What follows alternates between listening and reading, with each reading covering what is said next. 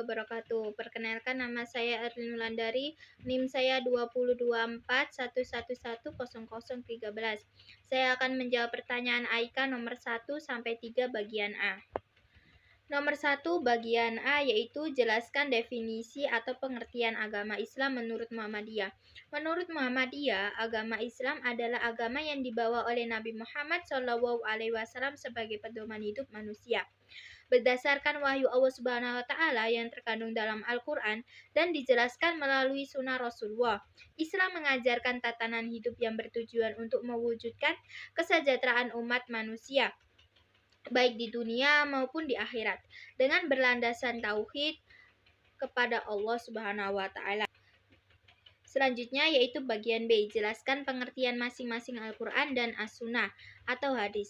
Al-Quran adalah kitab umat Islam yang menjadi pedoman utama dalam menjalankan kehidupan. Al-Quran berisi wahyu Allah Subhanahu wa Ta'ala yang diturunkan kepada Nabi Muhammad SAW sebagai petunjuk bagi seluruh umat manusia.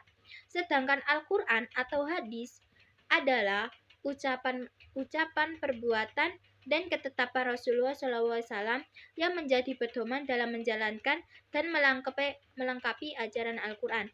As-Sunnah berfungsi sebagai paduan praktis dalam mengamalkan syariat Islam. Nomor 2 bagian A yaitu apa manfaat mempelajari tauhid bagi umat manusia, yaitu yang pertama yaitu memperkuat keyakinan terhadap keesaan Allah Subhanahu wa Ta'ala. Yang kedua yaitu meningkatkan ketaatan dan beribadah dalam menjauhkan diri dari perbuatan syirik. Yang ketiga yaitu memberikan ketenangan batin dengan memahami bahwa segala sesuatu berada di bawah kekuasaan Allah. Yang ketiga yaitu membentuk akhlak yang baik sesuai dengan nilai-nilai Islam. Yang ketiga yaitu menanamkan rasa tanggung jawab dalam menjalankan perintah Allah dan menjauhi larangannya. Selanjutnya yaitu bagian B, jelaskan bentuk-bentuk syirik disertai contoh masing-masing. Yang pertama yaitu syirik akbar atau syirik besar, syirik yang mengeluarkan seseorang dari Islam, seperti menyembah selain Allah atau meyakini ada Tuhan selain Allah, contohnya memohon pertolongan kepada berhala. Yang kedua yaitu syirik asgor atau syirik kecil, syirik yang tidak mengeluarkan seseorang dari Islam tetapi mengurangi keimanan. Contohnya yaitu riya, melakukan ibadah agar dilihat oleh orang lain. Selanjutnya yaitu nomor 3, yaitu jelaskan 3 tahapan proses penciptaan manusia menurut ajaran Islam. Proses yang pertama yaitu penciptaan Nabi Adam alaihissalam, manusia pertama. Nabi Adam alaihissalam diciptakan langsung oleh Allah Subhanahu wa Ta'ala dari tanah. Dalam Al-Quran, Allah menyebutkan bahwa Adam diciptakan dari tanah yang kemudian dibentuk menjadi manusia dan ditiupkan ruhnya. Sudah dijelaskan pada Quran Surat Al-Hijr ayat 8-29. Proses ini menunjukkan bahwa manusia berasal dari unsur bumi sebagai makhluk fisik dan ruh sebagai aspek spiritual. Proses kedua yaitu penciptaan manusia dari nutfah atau proses biologis.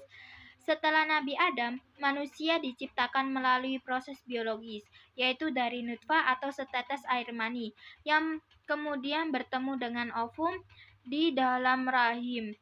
Dalam Al-Quran sudah dijelaskan dalam Quran Surat Al-Mu'minun ayat 12-14. Yang mana di dalam Al-Quran tersebut dijelaskan tahapan penciptaan manusia, nutfah air mani atau alkola segumpal darah, mudghah segumpal daging, lalu ditiupkan ruh sehingga menjadi makhluk hidup.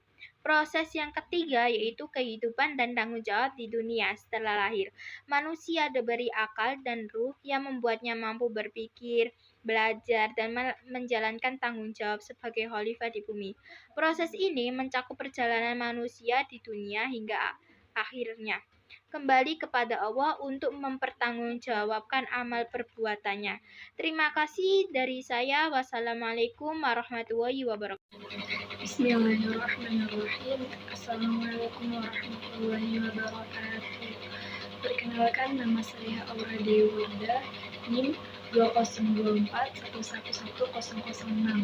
Saya di sini akan menjawab pertanyaan dari nomor 3B sampai 5B. Nomor 3B, jelaskan perbedaan makna basyar, anas, dan insan. Kata basyar dalam Al-Quran bermakna bahwa manusia adalah makhluk biologis serta memiliki sifat-sifat yang ada di dalamnya. Kalau kata anas merupakan bentuk jamak dari kata al-insan. Kata ini juga menunjukkan kepada karakteristik manusia senantiasa berada dalam keadaan labil, sifat ketergantungan mereka pada lainnya, sehingga disebut sebagai makhluk sosial. Kalau kata insan, konsep insan selalu dihubungkan pada sifat psikologis atau spiritual manusia sebagai makhluk yang berpikir, diberi ilmu, dan memikul amanah. Nomor 4A, jelaskan pengertian alam ruh, alam dunia, dan alam barzah. Alam ruh atau arwah adalah alam sebelum ruh manusia ditiup ke dalam kandungan seorang ibu. Awal perjalanan manusia dimulai dari alam ruh, ketika Allah mengumpulkan semua ruh yang akan diturunkan ke bumi. Kalau alam dunia, yaitu manusia hidup di dunia hanya satu kali, maka wajib mencari bekal untuk menuju ke alam selanjutnya, yaitu dengan beribadah kepada Allah dan bertakwa. Ujian dan tantangan kehidupan di dunia adalah ujian bagi manusia untuk membuktikan keimanan dan ketaatannya kepada Allah Subhanahu wa Ta'ala. Pengembangan diri dunia adalah tempat untuk mengembangkan potensi diri baik secara spiritual maupun material. Kalau alam barzah atau alam kubur adalah tempat penantian untuk menanti hari kiamat di dalam kubur manusia. Tinggal sendiri, hanya amal kebaikan dan keburukan yang akan menemaninya. Dia, alam kubur ini, Allah menyediakan dua keadaan nikmat atau azab. Nomor 4B, jelaskan pengertian istilah-istilah ini: yaumul hisab, yaumul mizan, dan yaumul mahsyar. Yaumul hisab adalah hari perhitungan amal perbuatan manusia selama hidup di dunia. Yaumul mizan adalah penimbangan amal perbuatan manusia setelah diperhitungkan baik dan buruknya selama hidup di dunia. Kalau yaumul mahsyar adalah tempat dikumpulkan manusia di padang mahsyar setelah dibangkitkan dari kubur untuk menunggu pengadilan dari Allah Subhanahu wa Ta'ala. Nomor 5A, jelaskan pengertian Islam berkemajuan. Islam berkemajuan menurut Muhammadiyah adalah suatu konsep pemahaman Islam yang mendorong umat untuk bergerak maju dan berkembang dengan tetap berpegang pada prinsip-prinsip dasar Islam. Ini mencakup pengembangan ilmu pengetahuan, pendidikan, ekonomi, dan sosial dengan tetap menjaga nilai-nilai keadilan, kemanusiaan, dan kesejahteraan umat. Selain itu, Islam berkemajuan juga menekankan pentingnya moderasi, toleransi, dan keterbukaan terhadap perkembangan zaman, sehingga umat Islam dapat menjadi bagian dari solusi dalam membangun peradaban yang lebih baik. Nomor 5B, jelaskan ciri-ciri atau karakter Islam berkemajuan.